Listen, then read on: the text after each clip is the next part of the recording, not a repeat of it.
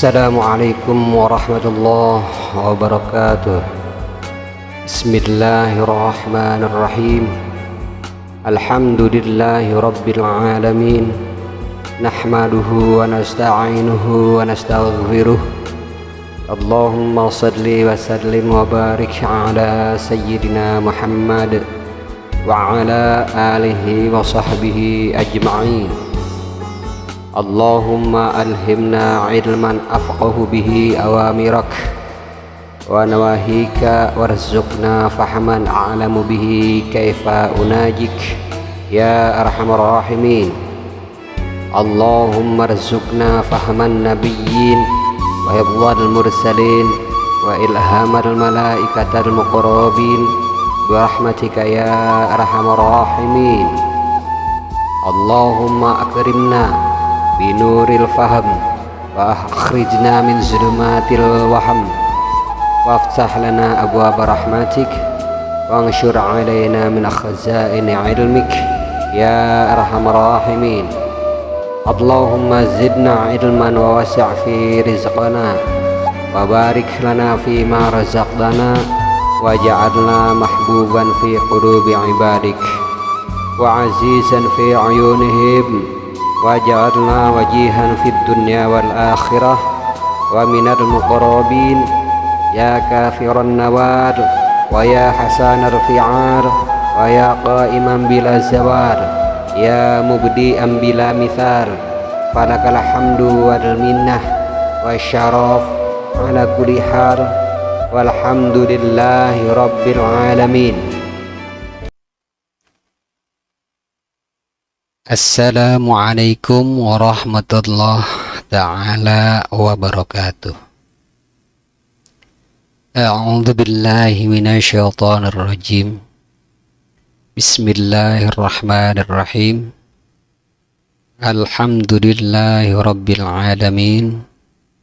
Assalatu wassalamu ala asyrafil anbiya'i wal mursalin Sayyidina wa maulana Muhammadin sallallahu alaihi wasallam wa ala alihi wa sahbihi ajma'in, amma ba'd. Alhamdulillah, kita berjumpa kembali bersama JSNH Channel. Semoga para mustami' dalam keadaan sehat walafiat, dan semoga Allah Ta'ala senantiasa melimpahkan rahmat dan maghfirah kepada para mustami', dan semoga Allah Ta'ala melancarkan berbagai urusan-urusan para mustami'. Amin ya Allah ya Rabbal Alamin. Kali ini kita akan membahas tentang ayat keempat dari surah Al-Baqarah terkait dengan fadilah dan khususiyah daripada ayat tersebut. A'udzu billahi minasyaitonir rajim. Walladzina yu'minuna bima unzila ilaika wa ma unzila min qablik wabil akhirati hum yuqinun. Ayat keempat dari surah Al-Baqarah. fadilah daripada ayat tersebut, yaitu yang pertama, barang siapa yang ingin memperoleh anugerah dari Allah Ta'ala, anugerah berupa agama yang kokoh, berupa agama yang kuat, dan mengikuti jejak-jejak para ulama salaf, maka bacalah ayat ini, surah Al-Baqarah ayat keempat sebanyak 313. Dilanjutkan membaca surah Al-Ikhlas sebanyak 100 kali, lalu ditutup dengan sholawat sebanyak 100 kali. Lazimkan pembacaan dzikir ini ba'da sholat subuh dan sholat maghrib. Lalu yang kedua, barang siapa yang ingin diberikan ilmu gharib atau ilmu yang langka oleh Allah Ta'ala, maka bacalah ayat ini 100 kali, dilanjutkan membaca surah Al-Ikhlas 100 kali, dilanjutkan membaca ayat Ya alimal ghaib wasyahadah 100 kali, lalu ditutup dengan membaca sholawat 100 kali. Lazimkanlah pada tengah malam. Lalu yang keempat, barang siapa yang ingin dipercaya ucapannya, maka lakukanlah dzikir-dzikir tersebut di atas. Baik itu dilakukan ba'da sholat subuh atau maghrib, yaitu kaifiat yang pertama atau kaifiat yang kedua. Ini pendeknya atau artinya, jika ada yang mengamalkan ayat ini dan diiringi dengan surah Al-Ikhlas 100 kali, sholawat 100 kali, maka insya Allah akan dipercaya ucapannya. Jadi bila mana ada yang ingin dipercaya ucapannya, dipercaya idenya, dipercaya perencanaannya, dipercaya argumennya, dipercaya penawarannya, dipercaya perdagangannya, dipercaya konsepnya, terus dipercaya penawaran tendernya, dipercaya proposal yang diajukannya, maka lazimkanlah ayat ini dengan ketentuan pembacaan tersebut tadi di atas. Lalu kemudian barang siapa yang ingin agar sadar, entah itu orang lain, entah itu keluarga, entah itu anak, entah itu istri, entah itu kerabat, maka bacalah tasbih 100 kali, lalu kemudian bacalah ayat ini sebanyak 313 kali, dilanjutkan dengan membaca surah Al-Ikhlas sebanyak 100 kali, lalu kemudian dibaca sholawat 100 kali. Lakukanlah dan lazimkanlah wirid ini di setiap ba'da subuh maupun ba'da maghrib. Andai hendak diaplikasikan kepada orang lain, lakukanlah pembacaan dzikir kemudian ditiupkan ke air putih, dan air putih tersebut digunakan untuk memandikannya atau supaya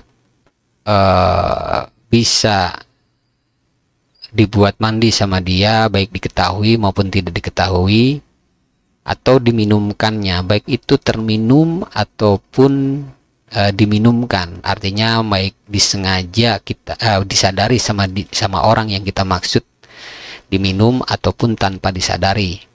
Jadi kadangkala ada kalanya orang itu memang secara sadar ingin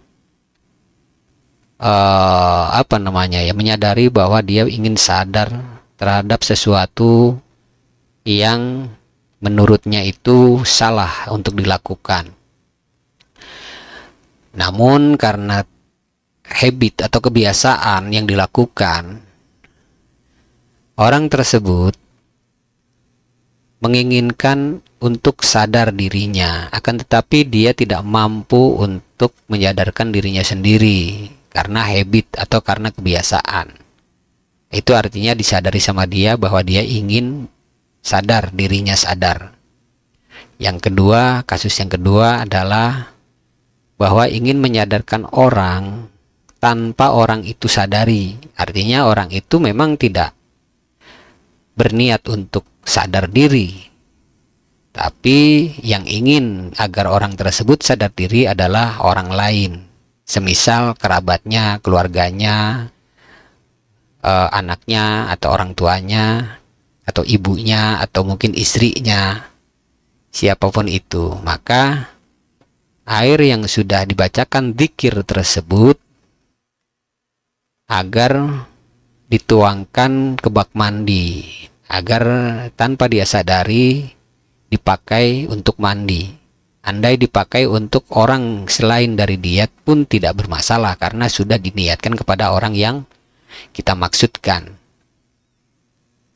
Yang kedua caranya adalah diminumkan atau terminum. Terminum artinya nanti di air tersebut dituang kepada air yang biasa dia minum, mungkin di galon atau mungkin di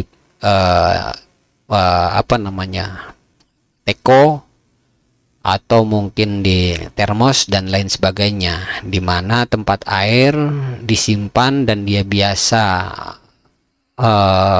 memperoleh air minum. Disitulah kita tuangkan agar tercampur, atau mungkin bisa juga dengan mungkin dia suka kuah-kuahan, dicampurlah dengan sup atau semisal sayur yang berkuah, semisal sayur asam, mungkin sayur bayam. Jadi diberikan air dzikiran tersebut dicampur, atau mungkin bakso, atau mungkin seblak dan lain sebagainya yang merupakan makanan. Atau bisa juga pada makanan yang dia sukai, semisal kurma, semisal cookies, semisal biskuit, atau semisal roti, kita bacakan ke barang tersebut. Atau mungkin dia suka merokok, atau dia mungkin suka kopi, boleh ditiupkan di rokok. Ketika dia hisap, itu akan lebih berefek lebih cepat, karena asap rokok itu nanti akan merambat melalui otak. Wallahu alam bisawab, kurang lebih demikian. Jadi aplikasinya seperti itu. Adapun jika ada mustami' ingin mengambil daripada fadilah ini sebagaimana yang sudah dijelaskan di atas, yang keempat, fadilah yang khos, yang tertentu, maka ikutilah kaifiat di bawah ini pengamalannya agar mendapatkan secara penuh yang keempat-empatnya tersebut, atau digunakan baik untuk diri kita maupun untuk diaplikasikan ke orang lain. Untuk digunakan kepada orang lain. Kaifiat itu meliputi yang pertama, lakukanlah sholat sunnah 4 rakaat, sholat sunat hajat. Di awal rakaat pada Fatihah dibaca kulhu 10 kali, mohon maaf. Jadi sholat sunat hajat 4 rakaat. Rakaat yang pertama pada Fatihah membaca surah kulhu 10 kali. Rakaat yang kedua membaca kulhu 20 kali. Rakaat ketiga pada Fatihah membaca kulhu 30 kali. Rakaat yang keempat pada Fatihah membaca kulhu 40 kali. Jadi genap menjadi 100 di dalam satu sholat, yaitu 4 rakaat tadi. Setelah ba'da salam, bacalah uh, salam rijal ghaib. Kurang lebih salamnya, segotnya seperti ini. Bismillahirrahmanirrahim. Assalamu alayka ya Rasulullah. Assalamu alayka ya Rasulullah. Assalamu alayka ya Rasulullah. Dengan menghadirkan hati kepada baginda Rasulullah Shallallahu Alaihi Wasallam. Lalu kemudian dilanjutkan membaca salam kepada malaikat Alawiyah dan Safaliyah. Malaikat Alawiyah ini adalah malaikat golongan atas dan malaikat Safaliyah ini golongan bawah. Yang dimaksud dengan golongan atas dan golongan bawah adalah malaikat yang memegang yang ditugaskan oleh Allah Ta'ala untuk mengerjakan kebaikan dan keburukan. Adapun malaikat Alawiyah ditugaskan oleh Allah untuk mengerjakan kebaikan. Adapun malaikat yang ditugaskan oleh Allah yang kejelekan itu malaikat Safaliyah. Kejelekan dalam arti di sini adalah membumi, hanguskan, menghancurkan, meniadakan, mengganti, memporak-porandakan, seperti itu. Adapun yang dinamakan malaikat yang ditugasi kebaikan, yaitu malaikat golongan Alawiyah, adalah menumbuhkan, memperpanjang, mengembangkan, melahirkan, mempercantik, memperbagus, memperindah, dan lain sebagainya, yang sifatnya adalah positif. Jadi aturkan salam kepada malaikat Alawiyah dan Safaliyah. Dan biasanya malaikat Alawiyah ini namanya diakhiri dengan il. Misal Israfil, Azrail, dan lain sebagainya. Tapi ketika malaikat Safaliyah ini namanya akan berakhiran dengan syik. Semisal kalau Jibril, Jabrail itu dibalik dari jim ba'ro, Jibril, dari jim awalnya kemudian ba kemudian ro, susunannya kan seperti itu. Kalau ini malaikat golongan Alawiyah. Jika golongan Safaliyah itu dibalik dari dimulai dari tadi jim ba ro, kemudian dibalik dari ro dulu, ro ba jim, jadi orob jasyik. Jadi ada belakangnya syik, shin yaqaf, biasanya seperti itu. Oh, mohon maaf, bukan syik, tish.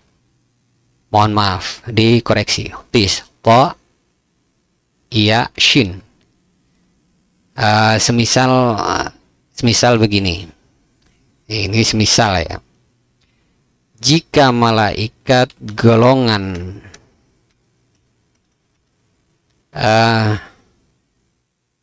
Alawiyah itu biasanya namanya adalah semisal Jabrail. Jabrail. Jadi ada belakangnya il. Dan ini berarti golongan malaikat Alawiyah, golongan atas atau yang mengurus kebaikan. Lalu golongan malaikat yang bawah atau golongan malaikat Safaliyah itu biasanya dibalik dari kiri ke kanan. Ro dulu, ro, kemudian ba, kemudian jim. Kalau tadi Jibril, berarti yang sekarang adalah rob,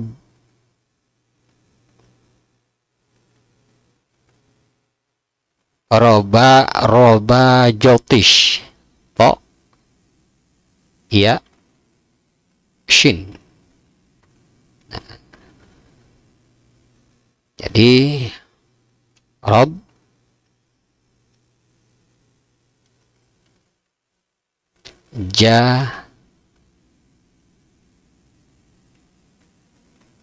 fish.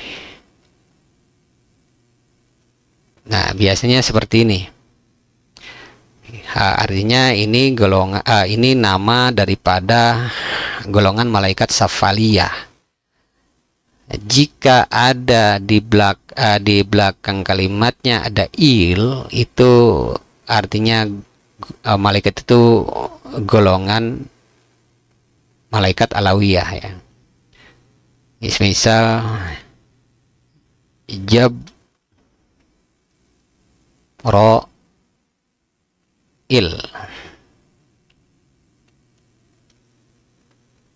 begitu. Jadi Jabroil ini adalah golongan malaikat alawiyah, dan Rob Jaltish adalah golongan malaikat Safaliyah. Jadi kurang lebih seperti ini. Itulah mengapa kita menghaturkan salam kepada malaikat golongan Safaliyah dan golongan Alawiyah. Golongan Alawiyah dan Safaliyah itu malaikat yang ditugaskan oleh Allah untuk mengimplementasi atau namanya ya, mengerjakan hal-hal yang baik dan hal-hal yang tidak baik, atau lebih tepatnya hal yang negatif dan hal yang positif. Jika hal yang positif malaikat alawiyah, maka tugas malaikat golongan Safaliyah adalah mengurus atau mengerjakan tugas-tugas yang negatif. Tugas yang negatif semisal malam, menggelapkan, meniadakan, menghancurkan, menyirnakan, menghancurkan, apalagi memisahkan, meretakkan, hal-hal yang sifatnya negatif. Demikian kurang lebih seperti itu. Allah alam bisawab. Mungkin para mustami' ada beberapa yang paham, memahami terkait dengan kitab Jawahirul Lama'nya Syekh Abu Hayyallah Al-Marzuki. Di sana dikatakan dijelaskan mengenai asrarul huruf ya, rahasia-rahasia huruf dan kawaidul huruf, kaidah-kaidah huruf, dan kaidah huruf itu nanti akan menghasilkan menatijah daripada nama-nama malaikat daripada huruf yang terkait. Semisal alif itu akan memiliki nama malaikat alawiyah dan safaliyah. Jika alif itu adalah alif itu terdiri dari alif, lam, fa. Jika di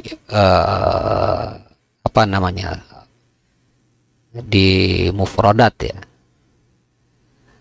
alif, lam, fa. Alif itu 1, lam itu 40, fa itu 200. Mohon maaf, coba nanti kita periksa dulu. Saya agak sedikit ini takut salah ya, sebentar.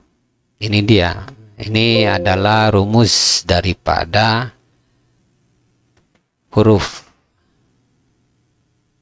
Jadi semisal alif, huruf alif, berarti huruf alif terdiri dari alif, lam, fa. Alif berarti alif adalah 1, lam adalah 30, berarti 31, fa adalah 80, berarti 111.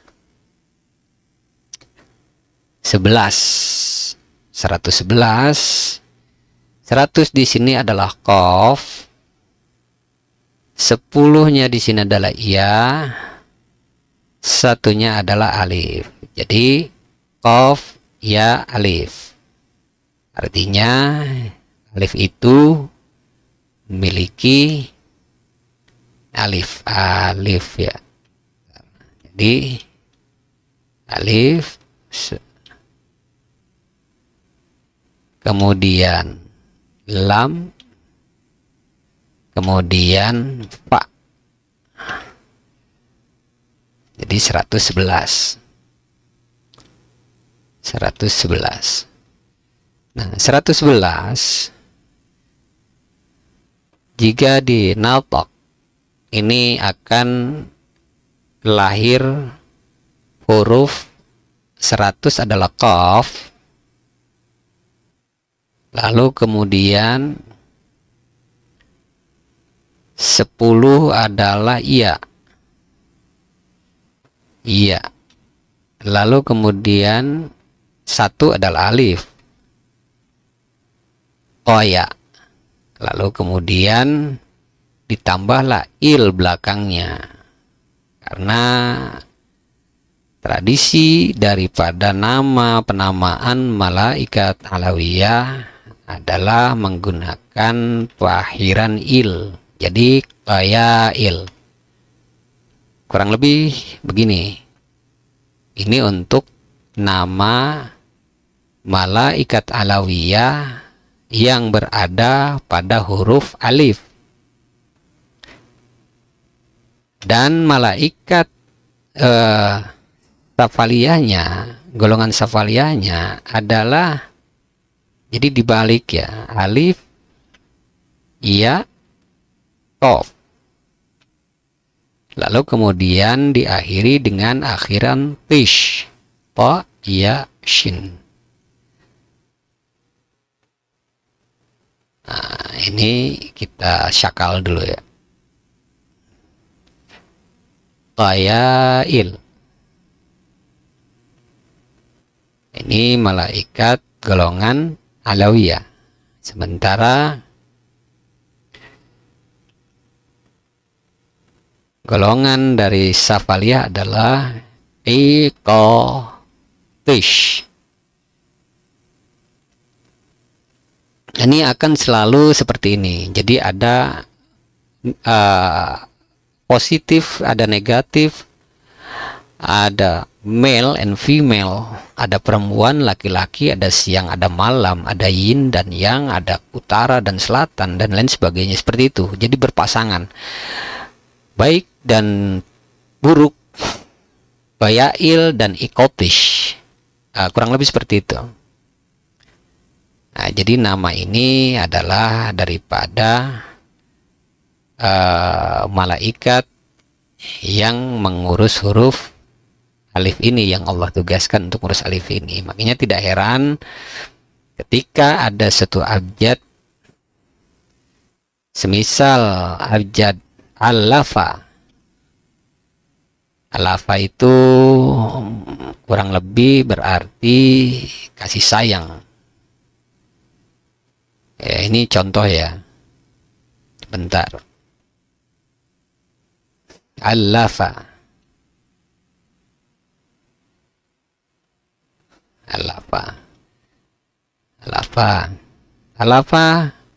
Dari kata alafa ini, malaikat alawiyah dan malaikat safaliyah di dalam kalimat alafa ini kurang lebih alif adalah 1, lamnya adalah 30, fa-nya adalah 80, artinya 111. Nah, jadi khadam, nah ini bagi kalangan orang-orang yang biasa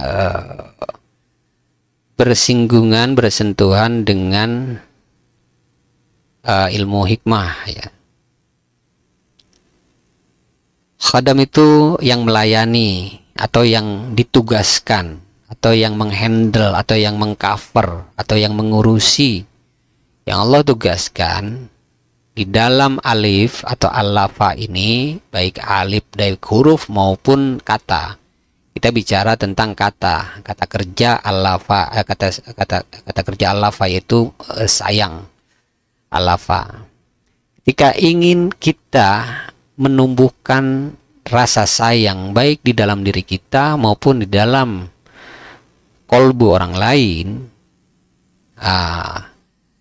ada beberapa golongan dari kalangan ahli-ahli hikmah itu akan melibatkan dengan malaikat alawiyah dan safaliyah ini, akan melibatkan unsur positif dan unsur negatif, karena disinyalir unsur positif dan negatif ini adalah lambang kedinamisan.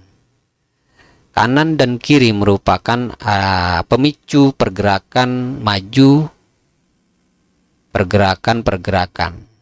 Jadi agar bergerak dan agar tumbuh. Biasanya pertumbuhan itu didasari dengan benih dan penghancuran.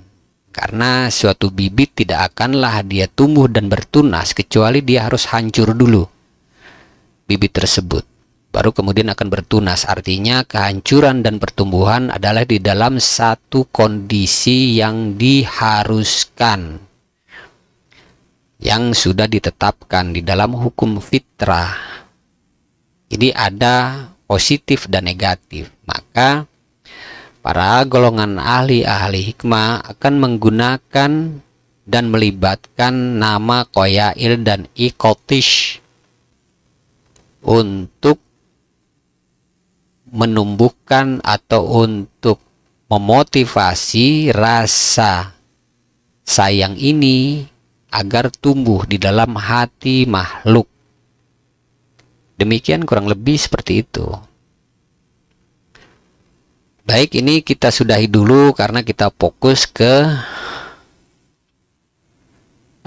sigat daripada kaifiyat surah Al-Baqarah ayat 4. Kita lanjutkan. Setelah kita mengaturkan salam kepada malaikat golongan atas dan kepada malaikat golongan bawah, yaitu malaikat alawiyah dan safaliyah, kemudian dilanjutkan mengaturkan salam kepada Qutbu Rabbani Sayyidi Syekh Abdul Qadir Jailani. Assalamualaikum ya Qutbu Rabbani Sayyidi Syekh Abdul Qadir Jailani. Assalamualaikum ya rijadil ghaib. Assalamualaikum ya ayyuhal arwahil muqaddasah. Ya nuqaba, ya nujaba, ya ruqaba. Ya budala, ya autadal ard, autadal arba'ah, ya imama, ya kutubu, ya fardu, ya umana. Aghithuni bighawsati wangzuruni binazrati warhamuni. Wa hasilu muradi wa maqsudi wa qumu ala qada'i hawaiji inda nabiyyina Muhammadin sallallahu alaihi wasallam. Salamakumullahu ta'ala fid dunya wal akhirah. Allahumma salli alal khidir. Lalu kemudian dilanjutkan dengan hadharah, mengaturkan surah Fatihah kepada baginda Rasulullah Sallallahu Alaihi Wasallam, kepada keluarga dan kepada para sahabat-sahabat beliau. Ila hadratin Nabil Mustafa Rasulullah Sallallahu Alaihi Wasallam wa ala alihi wa ashabihi wa azwaji wa dzurriyyati wa ahli baiti wa jami'il anbiya'i wal mursalin wa jami'il malaikatil muqarrabin wal katibin syai'ulillahum al-fatihah. Lanjutkan membaca Fatihah 1 kali atau 3 kali atau 7 kali. Ini disesuaikan dengan kemampuan dan kesenggangan waktu yang atau tersaji, seperti itu. Lalu dilanjutkan ke hadarat Khalifah Rasyidin wa ila hadrati Khalifati Rasyidin Sayyidina Abi Bakrin wa Umar wa Uthman wa Ali wa jami'is sahabati wal qarabati wa tabi'in wa tabi'it tabi'in bi ihsani ila yaumiddin radhiyallahu ta'ala anhum wa karamallahu wajhah. Syairi lahum al-Fatihah. Lalu baca Fatihah sekali atau 3 kali atau 7 kali. Kemudian dilanjutkan wa ila hadrati jami'il awliya Allah ta'ala bimasyarikil ardi la magharibiha khususan ila hadrati qutbil ghath wa muhi sunnati wad din imamina wa qudwatina sayyidi sultan awliya Syekh Muhyiddin Abdul Qadir Jailani wa Syekh Abil Hasan Syadzili wa Syekh Junaidil Baghdadi qaddasallahu sirrahum al-Fatihah. Lalu dilanjutkan membaca surah Fatihah baik sekali, 3 kali atau 7 kali. Lalu kemudian dilanjutkan wa ila hadrati khususon Syekh Abdul Sobur bin Mama Haji Husni Gunung Sumping wa ila hadrati khususon Yai Haji Zainuddin Cisatong Palabuan Ratu wa ila hadrati khususon Abah Sarhan bin Abah Sarian wa ila hadrati khususon Abah Nawawi bin Haji Tambi wa ila hadrati khususon Ustaz Muhammad bin Abah Sukari wa ila hadrati khususon Kiai Haji Odih Pautoni bin Abah Syuaib wa ila hadrati khususon Engkos Kosasih bin Abah Nawawi wa jami'i ala man ajazani wa usulihim wa furu'ihim ila muntaha ghafarallahu ta'ala wa rahimahumullahu ta'ala anhum warfa' lahumud darajati syai'uli lahum al-Fatihah. Kemudian membaca surah Fatihah 1 kali atau 3 kali atau 7 kali. Dilanjutkan ke pembacaan la ilaha illallah wallahu akbar. Bismillahirrahmanirrahim. Qul huwallahu ahad, Allahus samad, lam yalid wa lam yulad wa lam yakul lahu kufuwan ahad. Dibaca 3 kali. Lalu kemudian la ilaha illallah wallahu akbar. Ini dibaca kembali ya. Karena dikatakan di dalam kitab Ihya Ulumuddin disunahkan untuk membaca tahlil ini ketika sudah pembacaan Al-Quran pada surah suratul Ikhlas ya, Quluhu sampai ke An-Nas. Sebentar saya ini kembali.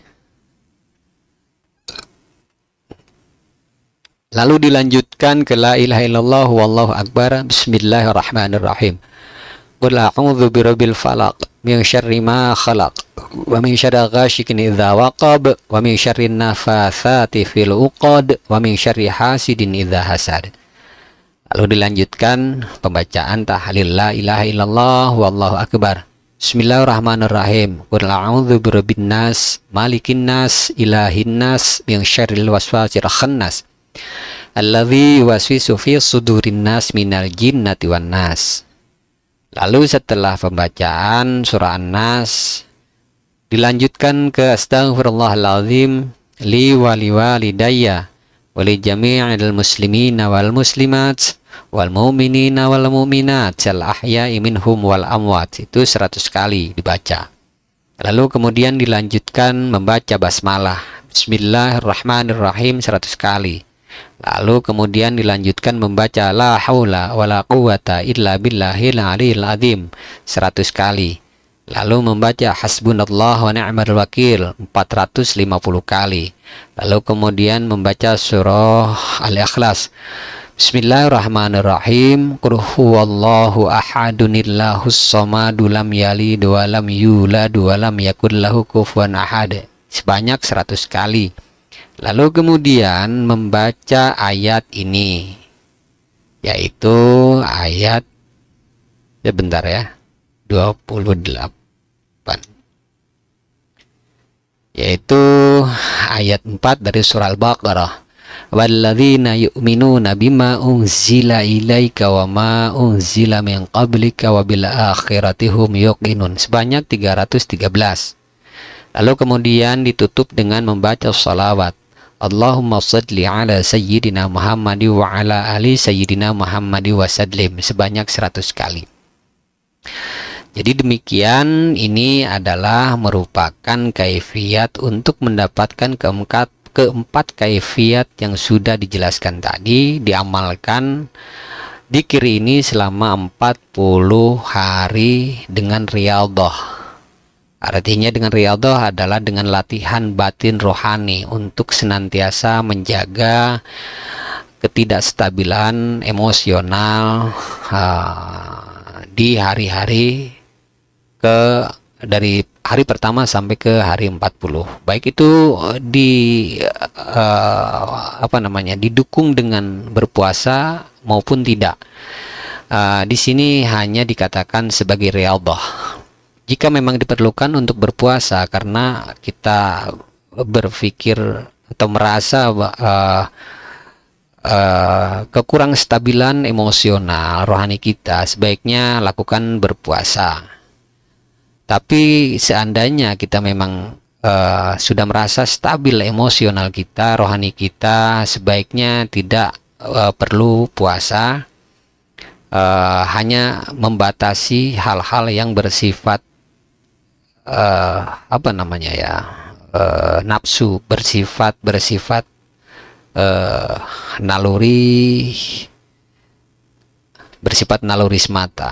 Semisal kita terbiasa menjaga syahwat makan, terbiasa menjaga syahwat minum, terbiasa menjaga syahwat melihat, terbiasa menjaga syahwat mendengar, terbiasa menjaga syahwat pikiran, kolbu, dan lain sebagainya. Namun jika memang kita belum terbiasa, sebaiknya lakukan puasa selama 40 hari.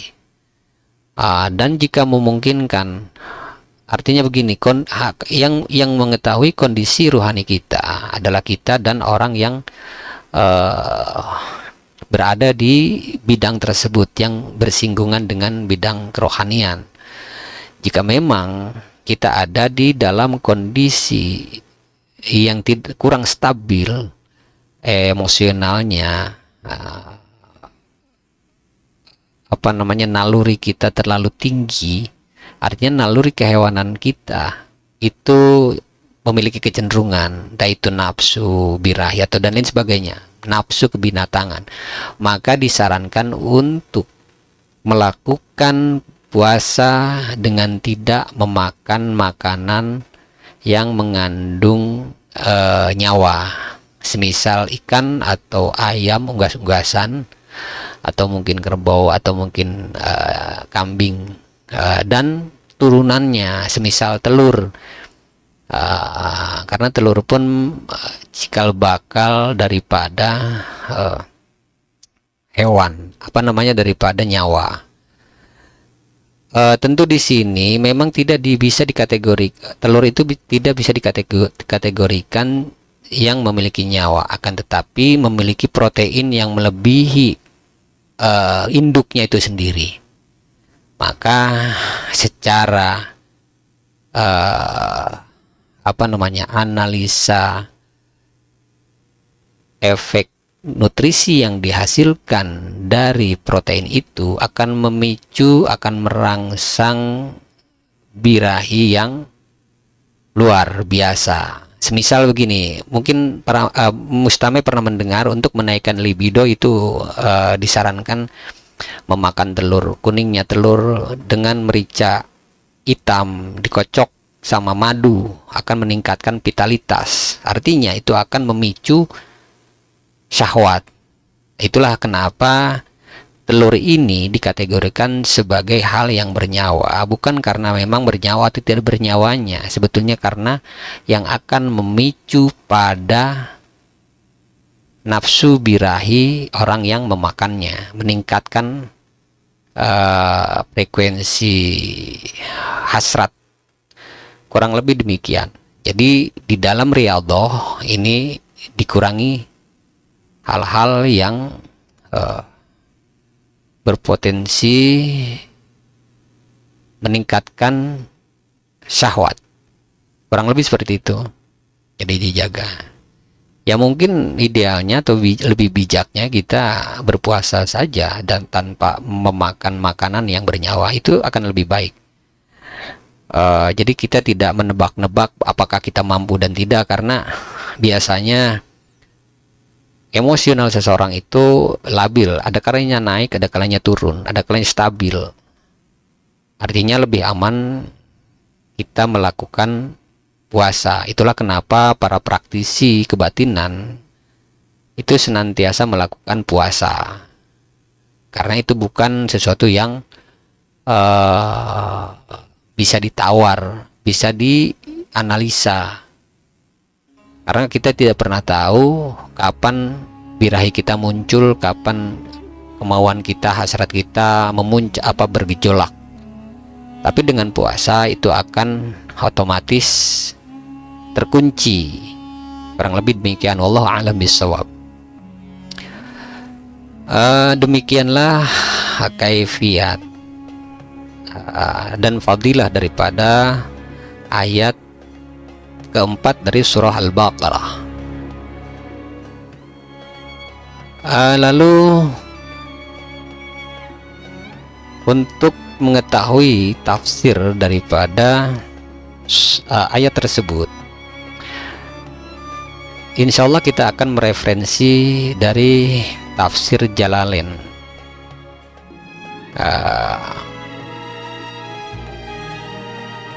Di sana dikatakan, walladzina yu'minuna bima unzila ilaika wa ma unzila min qablik wa bil akhirati hum yuqinun. Walladzina yu'minuna bima unzila ilaik, dan orang-orang yang beriman pada apa yang diturunkan kepadamu. Yang diturunkan maksudnya adalah Al-Quran. Lalu kalimat wa ma unzila min qablik maksudnya adalah dan apa yang diturunkan sebelummu, yaitu Taurat, Injil, dan Zabur. Jadi di sini ada dua kalimat yang mewakili apa yang diturunkan. Jika yang pertama kalimat walladzina yu'minuna bima unzila ilaik itu adalah yang dimaksud Al-Quran, maka wa ma unzila min qablik yaitu apa yang diturunkan sebelummu, yaitu Taurat, Injil, dan Zabur. Lalu ayat selanjutnya adalah wabil akhirati hum yuqinun, bermakna serta mereka yakin akan hari kiamat. Ketiga komponen ini, sebentar, saya akan teruskan dulu. Wabil akhirati hum yuqinun, serta mereka yakin akan hari akhir. Artinya mengetahui secara pasti. Yuqinun adalah yakin. Jadi yakin, mengetahui secara pasti. Ketiga komponen di sini artinya berpijak pada tiga objek. Yang pertama adalah Al-Quran, yang kedua adalah selain dari Al-Quran tapi masih dalam konteks kitab, karena awalnya dalikal kitabu. Lalu yang ketiga adalah hari akhirat. Hari akhirat atau hari akhir. Maka kenapa ini tiga hal ini saling terkait satu sama lain? Karena ketika Al-Quran diturunkan itu adalah menjelaskan tentang isi Taurat dan isi Injil, juga isi Zabur. Penjelasan tersebut yaitu menjelaskan tentang hari akhirat. Kurang lebih seperti itu, karena ketiga komponen ini yang di akhir komponennya adalah hari akhirat. Wallahu alam bisawab. Saya tidak berusaha dan tidak berani menyimpulkan hal tersebut. Saya hanya mencoba untuk memperjelas kedudukan dari ketiga rangkaian daripada ayat. Rangkaian pertama adalah walladzina yu'minuna bima unzila ilaik, yaitu pijakannya yang dimaksud adalah Al-Qur'an. Jadi meyakini, mengimani Al-Quran. Wa ma unzila min qablik. Dan yang kedua, aspek yang kedua adalah mengimani apa-apa yang diturunkan sebelummu. Yang diturunkan sebelummu itu adalah Taurat, Injil, dan Zabur. Artinya Taurat, Injil, dan Zabur itu disempurnakan atau dijelaskan secara rinci oleh Al-Quran. Jika Taurat, Injil, dan Zabur adalah berupa ilahiyat, tauhid, menjelaskan tentang ketauhidan, menjelaskan tentang puja dan pujian, maka Al-Quran menjelaskan, memperinci puja dan puji dan ketauhidan di dalam aspek perbuatan dan pelaksanaan tata cara kehidupan manusia secara rinci. Kurang lebih seperti itu. Nah, kehidupan secara rinci inilah nanti akan bermuara pada hari akhirat. Dan di sini pun sudah jelas kita pahami bahwa semua hal adalah pedoman untuk bekal di hari akhirat.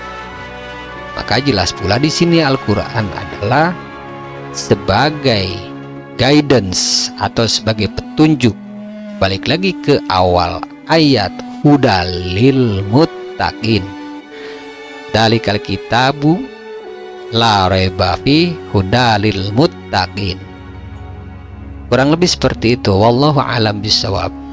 Jadi mohon maaf, saya klarifikasi kembali bahwa yang tercatat di dalam kitab tafsir Jalalain ini menjelaskan tentang bagaimana arti dari walladzina yu'minuna bima unzila ilaik ini. Yang dimaksud adalah Al-Quran. Lalu kemudian wa ma unzila ilaika wa ma unzila min qablik adalah yang dimaksud, yaitu selain Al-Quran, yaitu Taurat, Injil, Zabur, dan mungkin yang lainnya. Lalu yang dimaksud wabil akhirati hum yuqinun adalah mereka mengetahui secara pasti. Demikian kurang lebih seperti itu. Adapun penjelasan di luar daripada itu atas kebodohan dan atas ketidaktahuan saya di dalam berikhtiar mencoba untuk lebih memperluas pemahaman hal tersebut tanpa melewati batasan-batasan yang tertafsir di sini. Jika penjelasan barusan di luar dari konteks ini yang sudah tadi saya jelaskan, ketiga aspek tersebut adalah pandangan pribadi saya itu salah, saya memohon maaf kepada para mustame terkait dengan penjelasan itu. Saya tidak mencoba mentakwilkan, tapi mencoba memperluas pemahaman di segala aspek makna yang terkandung dari rangkaian kalimat secara baku. Namun jika ada kebenaran di dalam penjelasan itu, hal tersebut adalah kebenaran dari Allah. Dan jika ada kesalahan di dalamnya, saya mohon maaf dan saya mohon ampunan kepada Allah Ta'ala. Wallahu alam bishawab. Demikian penjelasan dari tafsir Jalalain dan pandangan secara pribadi saya. Dan mohon pandangan pribadi saya tidak bisa diajukan acuan, karena pandangan pribadi saya adalah pandangan pribadi secara batil, secara tidak benar. Yang benar adalah pandangan yang dijelaskan di dalam tafsir Jalalain. Silakan bagi para mustami yang sudah terbiasa dengan mengkaji atau mendengar tafsir Jalalain, itulah yang menjadi rujukan, bukan pandangan saya. Itu pandangan saya yang sepihak itu adalah pandangan yang batil. Demikian. Lalu dilanjutkan kepada menurut Imam Ibnu Katsir terkait dengan walladzina yu'minuna bima unzila ilaik wa ma unzila min qablik wa bil akhirati hum yuqinun, dikatakan adalah artinya dan mereka yang beriman kepada kitab. Yang dimaksud adalah Al-Quran yang telah diturunkan kepadamu dan kitab-kitab yang telah diturunkan sebelummu, serta mereka yakin akan adanya kehidupan akhirat. Dilanjutkan penjelasan dari Imam Ibnu Katsir mengenai firman Allah Ta'ala terhadap ayat ini adalah dan orang-orang yang beriman kepada kitab Al-Quran yang diturunkan kepadamu dan kitab-kitab yang telah diturunkan sebelum kamu. Imam Ibnu Katsir mengatakan di dalam tafsir Ibnu Katsirnya bahwa Ibnu Abbas radhiyallahu ta'ala anhu mengatakan artinya mereka membenarkan apa yang engkau di sini menunjuk kepada Nabi Muhammad SAW, membenarkan apa yang engkau bawa dari Allah Ta'ala dan apa yang dibawa oleh para rasul sebelum dirimu. Mereka sama sekali tidak membedakan antara para rasul tersebut serta tidak mengingkari terhadap apa yang mereka bawa dari Rabb mereka. Adapun kalimat dari wabil akhirati hum yuqinun yang bermakna yakni mereka yakin akan adanya hari kebangkitan, yakin dengan adanya kiamat, yakin dengan adanya surga dan neraka, perhitungan atau hisab dan timbangan atau mizan, maka hal itu disebut juga akhirat karena ia ada setelah dunia dan hal tersebut diyakininya dengan pasti. Kalimat pasti di sini merujuk kepada tafsir Jalalain yang sebelumnya kita jelaskan di awal tadi. Para ulama berpendapat berbeda mengenai orang-orang yang disebut di dalam ayat tersebut. Apakah mereka ini yang disifati oleh Allah Ta'ala di dalam firman-Nya, alladzina yu'minuna bil ghaib wa yuqimuna sholata wa mimma razaqnahum yunfiqun, merujuk kepada ayat sebelumnya, yaitu mereka yang beriman kepada yang gaib, yang mendirikan sholat dan menafkahkan sebahagian rizki yang kami anugerahkan kepada mereka. Mengenai siapakah mereka ini yang dimaksud, terdapat 3 pendapat yang diceritakan oleh Ibnu Jarir. Yang pertama, orang-orang yang disifati oleh Allah Ta'ala di dalam ayat ketiga surah Al-Baqarah, itu adalah mereka yang dia sifati dalam ayat setelahnya, yaitu orang-orang yang beriman dari kalangan ahlul kitab dan yang selainnya. Pendapat ini pula yang dikemukakan oleh Mujahid, kemudian pendapat Abu Aliyah, kemudian pendapat Ar-Rabi' bin Anas dan Qatadah. Kemudian pendapat yang kedua, yang dimaksud mereka itu di dalam ayat yang disebut pada ayat ketiga dan keempat dari surah Al-Baqarah adalah satu, yaitu orang-orang yang beriman dari kalangan ahlul kitab. Maka dengan demikian, berdasarkan kedua hal di atas, maka waw di sini wa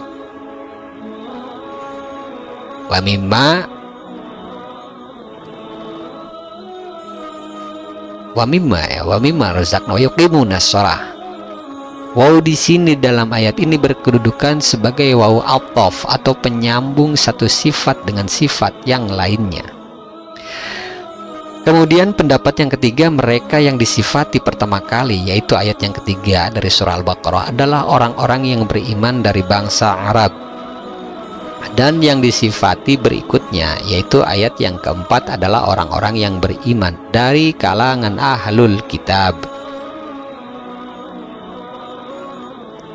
Imam Ibnu Katsir melanjutkan, berkenaan dengan hal di atas, penulis mengatakan yang benar adalah pendapat Mujahid yang mengatakan yang mengatakan 4 ayat pertama dari surah Al-Baqarah menyifati orang-orang yang beriman, dan 2 ayat berikutnya, ayat ke-6 dan ayat yang ke-7, menyifati orang-orang kafir. 13 ayat menyifati orang-orang munafik. Keempat ayat tersebut bersifat umum bagi setiap mukmin yang menyandang sifat-sifat tersebut, baik itu dari kalangan bangsa Arab maupun bangsa Azam atau non-Arab serta ahlul kitab, baik itu umat manusia maupun dari golongan jin. Salah satu sifat ini tidak akan bisa sempurna tanpa adanya sifat-sifat lainnya. Bahkan masing-masing sifat saling menuntut adanya sifat yang lain. Maka dengan demikian, iman kepada yang gaib, salat dan zakat tidaklah benar kecuali dengan adanya iman kepada apa yang dibawa oleh Rasulullah Shallallahu Alaihi Wasallam, juga apa yang dibawa oleh para Rasulullah Shallallahu Alaihi Wasallam sebelumnya, serta keyakinan akan adanya kehidupan akhirat. Dan Allah Ta'ala telah memerintahkan orang-orang yang beriman untuk memenuhi hal itu melalui firman-Nya, yaitu ya ayyuhalladzina amanu aminu billahi wa rasulihi wal kitabilladzi nazzala ala rasulihi wal kitabilladzi anzala min qabl. Itu dikatakan di dalam surah An-Nisa 136. Wahai orang-orang yang beriman, tetaplah beriman kepada Allah Ta'ala dan Rasul-Nya, dan kepada kitab yang Allah turunkan kepada Rasul-Nya, serta kitab yang Allah Ta'ala turunkan sebelumnya. Jadi kaitan dengan ayat yang keempat dari surah Al-Baqarah ini erat kait dengan surah An-Nisa ayat 136. Lalu kemudian Allah juga berfirman, ya ayyuhalladzina utul kitab aminu bima nazzalna musaddiqan lima ma'akum. Ini dikatakan di dalam surah An-Nisa ayat 47. Wahai orang-orang yang telah diberi Alkitab, berimanlah kalian kepada apa yang telah kami turunkan, yaitu Al-Quran, yang membenarkan kitab yang ada pada kalian. Kemudian Allah Ta'ala telah menyebutkan tentang orang-orang mukmin secara keseluruhan yang memenuhi semuanya itu melalui firman Allah Ta'ala, amana rasulu bima unzila ilaihi mir rabbih wal mu'minun kullun amana billahi wa malaikatihi wa kutubihi wa rasulih la nufarriqu baina ahadim mir rasulih. Al-Baqarah 286. Rasul telah beriman kepada Al-Quran yang diturunkan kepadanya dari Rabb-Nya. Demikianlah pula orang-orang yang beriman. Semuanya beriman kepada Allah Ta'ala, pada malaikat-malaikatnya, kepada kitab-kitabnya dan Rasul-Nya. Mereka mengatakan, kami tidak membeda-bedakan antara seorang pun dengan yang lainnya dari Rasul-Rasul-Nya. Dan ayat-ayat lain yang menunjukkan perintah kepada orang-orang yang beriman agar supaya beriman kepada Allah Ta'ala, beriman kepada Rasul-Rasul-Nya, beriman kepada kitab-kitabnya, khususnya orang-orang mukmin dari kalangan ahlul kitab. Karena mereka beriman kepada apa yang berada di tangan mereka secara terperinci, maka jika mereka masuk Islam dan beriman kepadanya secara terperinci, bagi mereka tersedia 2 pahala. Demikian yang ditafsirkan oleh Imam Ibnu Katsir di dalam kitab tafsirnya terkait dengan surah Al-Baqarah ayat yang keempat. Lalu kemudian Imam At-Tabari menjelaskan di dalam kitab tafsirnya terkait dengan ayat walladzina yu'minuna bima unzila ilaik wa ma unzila min qablik wa bil akhirati hum yuqinun. Dan mereka yang beriman kepada kitab Al-Quran yang telah diturunkan kepadamu dan kitab-kitab yang telah diturunkan sebelummu, serta mereka yakin akan adanya kehidupan di akhirat. Imam At-Tabari menjelaskan terkait penakwilan ayat walladzina yu'minuna bima unzila ilaik wa ma unzila min qablik. Telah kami sebutkan penjelasan tentang orang-orang yang bersifat demikian dan apa kelompok mereka. Namun kami ingin menambahkan beberapa riwayat yang berkenaan dengan penakwilan ayat ini. Antara lain adalah Ibnu Hamid menceritakan kepada kami, beliau berkata, Salamah menceritakan kepada kami dari Muhammad bin Ishaq, dari Muhammad bin Abi Muhammad, merupakan sahaya dari Zaid bin Thabit, dari Ikrimah, atau dari Sa'id bin Jubair, dari Ibnu Abbas radhiyallahu ta'ala anhu, terkait dengan ayat walladzina yu'minuna bima unzila ilaik wa ma unzila min qablik. Dan mereka yang beriman kepada kitab, maksudnya adalah Al-Quran yang telah diturunkan kepadamu dan kitab-kitab yang telah diturunkan sebelummu. Maksudnya adalah yaitu orang-orang yang membenarkanmu. Katamu di sini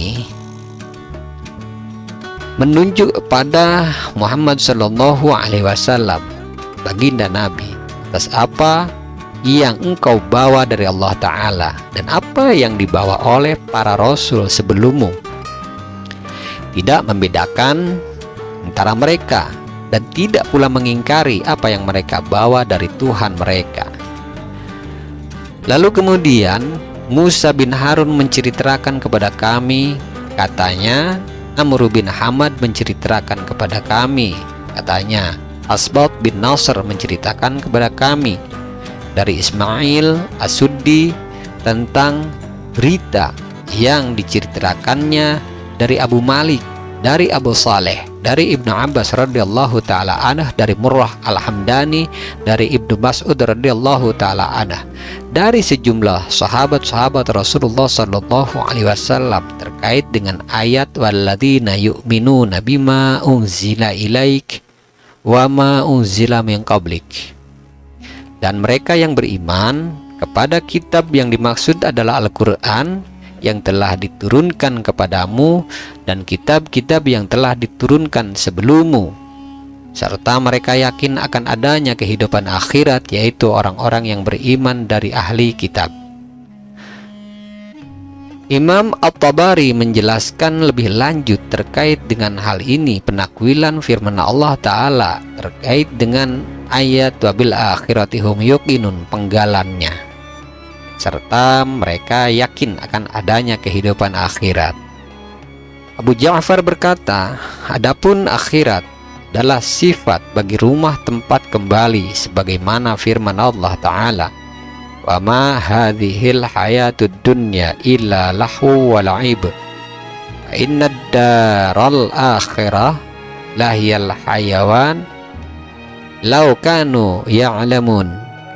Dan tiadalah kehidupan dunia ini melainkan senda gurau dan main-main, dan sesungguhnya rumah akhirat itulah yang sebenar-benarnya kehidupan, jikalau mereka mengetahui. Ini diceritakan atau tercatat di surah Al-Ankabut ayat 64. Disebut demikian karena ia adalah tempat tinggal yang terakhir setelah tempat tinggal yang pertama, yaitu dunia.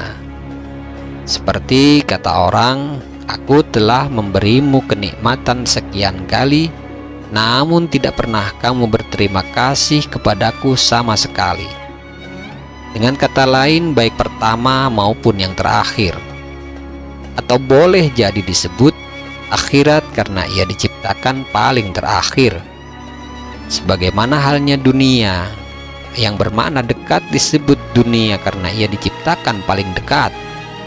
Adapun tentang sifat mereka, orang-orang yang beriman kepada apa yang diturunkan kepada baginda Nabi Muhammad SAW dan apa yang diturunkan kepada para nabi sebelumnya, yaitu beriman kepada akhirat, adalah beriman dengan segala yang didustakan oleh orang-orang kafir, seperti mendustakan orang kafir kepada hari kebangkitan, pengumpulan, ganjaran, siksaan, perhitungan, timbangan, dan apa-apa yang disediakan oleh Allah Ta'ala bagi para makhluknya kelak di hari kiamat. Sebagaimana hal tersebut dijelaskan di dalam riwayat. Yang pertama, Muhammad bin Hamid Ar-Razi menceritakan kepada kami, katanya Salamah bin Al-Fadl menceritakan kepada kami dari Muhammad bin Ishaq dari Muhammad bin Abi Muhammad, pembantu Zaid bin Thabit dari Ikrimah, atau dari Sa'id bin Zubair dari Ibnu Abbas radhiyallahu ta'ala anhu, wabil akhirati hum yuqinun. Ayat tersebut yang bermaksud, yang berarti serta mereka yakin akan adanya kehidupan akhirat, yang bermakna yaitu beriman dengan kebangkitan, beriman dengan kiamat, beriman dengan surga, beriman dengan neraka, dan beriman dengan hisab atau perhitungan, beriman dengan mizan atau timbangan. Maksudnya bukan mereka yang mengaku beriman kepada apa yang diturunkan sebelummu. Kalimatmu ini menunjuk kepada Nabi kita Muhammad SAW dan mengingkari apa yang diturunkan kepadamu. Penakwilan Ibnu Abbas ini menegaskan bahwa surah Al-Baqarah dari sejak ayat pertama, meskipun pada awal ayatnya menyebutkan tentang sifat orang-orang yang beriman, memperlihatkan celaan Allah Ta'ala atas para ahli kitab yang kafir, yang mengaku beriman kepada apa yang diturunkan kepada para rasul sebelum Muhammad SAW dan ingkar kepada apa yang diturunkan kepada Muhammad SAW. Bahkan di samping pengingkaran tersebut, mereka mengaku bahwa mereka adalah orang-orang yang berpetunjuk dan tidak ada seorang pun yang dapat masuk surga kecuali Yahudi dan Nasrani. Maka Allah Ta'ala mengecam mereka dan mendustakan pengakuan mereka dengan firman-Nya, yaitu Alif Lam Mim Dzalikal kitabu la raiba fihi hudal lil muttaqin yu'minuna bil akhirah alladzina yu'minuna bil akhirati alladzina yu'minuna bil ghaib wa yuqimunas shalah wa mimma razaqnahum yunfiqun walladzina yu'minuna bima unzila ilaik wa ma unzila min qablik wa bil akhirati hum yuqinun.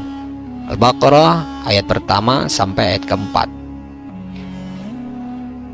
Artinya Alif Lam Mim wallahu alam bisawab, kitab yang dimaksud adalah Al-Quran. Ini tidak ada keraguan kepadanya, petunjuk bagi mereka yang bertakwa, yaitu mereka yang beriman kepada yang gaib, beriman kepada yang gaib, yang mendirikan sholat, yang menafkahkan sebahagian rezeki yang kami anugerahkan kepada mereka, dan mereka yang beriman kepada kitab atau Al-Quran yang telah diturunkan kepadamu dan kitab-kitab yang telah diturunkan sebelummu, serta mereka yakin akan adanya kehidupan akhirat.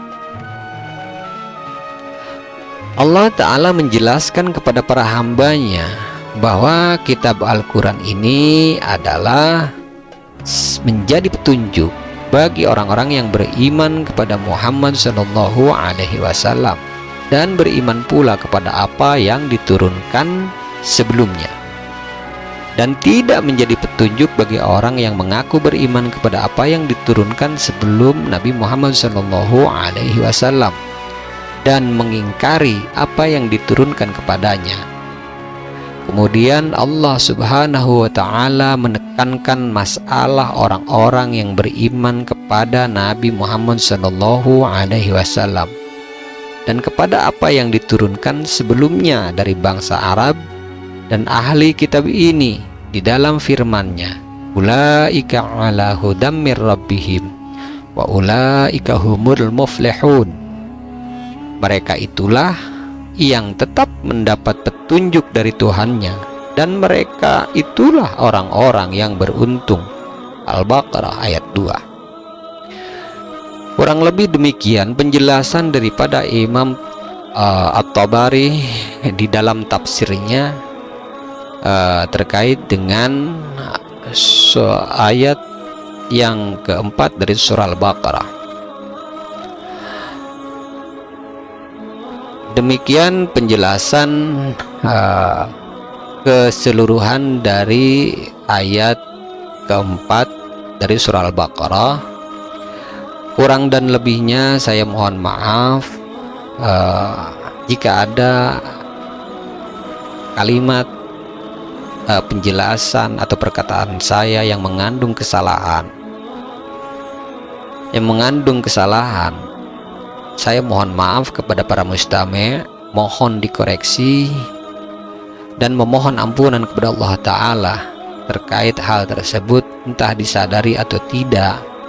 Hal tersebut, kesalahan tersebut mutlak berasal dari kebodohan saya dan berasal dari kehilafan, kealpaan saya, kesalahan saya. Dan jika ada di dalam penjelasan tersebut mengandung kebenaran di dalamnya, maka kebenaran tersebut mutlak berasal dari Allah Ta'ala, bukan dari saya pribadi. Insya Allah kita akan berjumpa kembali pada pembahasan surah Al-Baqarah ayat yang selanjutnya, ayat yang kelima. Semoga bermanfaat. Wabillahi taufiq wal hidayah. Wassalamualaikum warahmatullahi taala wabarakatuh. Bismillahirrahmanirrahim. Allahumma inna nastauda'nak ma qara'nah wa ma katsabnah wa ma sami'nah. Allahumma ya alim ya alim ya alim, adlimna min ilmik wa afhimna ank wa asmi'na mink wa basirna bik wa aqimna bi syuhudik wa arifna at-tariqa ilaik wa hawinha alaina bi fadlik wa albisna libasa taqwa minka wa laka innaka ala kulli syai'in qadir walhamdulillahi rabbil alamin. Bismillahirrahmanirrahim. Subhanakallahumma wa bihamdik, asyhadu an la ilaha illa ant, astaghfiruka wa atubu ilaih. Subhana rabbika rabbil izzati amma yasifun, wa salamun alal mursalin, walhamdulillahi rabbil alamin. Allahumma aqsim lana min khasyatik ma tahulu bihi bainana wa baina ma'asik, wa min ta'atik ma tubadlaghuna bihi jannatik, wa minal yaqin ma tuhawwin mati'na bi asma'ina wa basarina wa quwwatina ma ahyaitana waj'alhu al-waritha minna waj'al tha'rana ala man zalamana wansurna ala man 'adana wa la taj'al musibatana fi dinina wa la taj'alid dunya akbar hammina wa la mablagha ilmina wa la tusallit 'alaina man la yarhamuna ya arhamar rahimin walhamdulillahi rabbil alamin.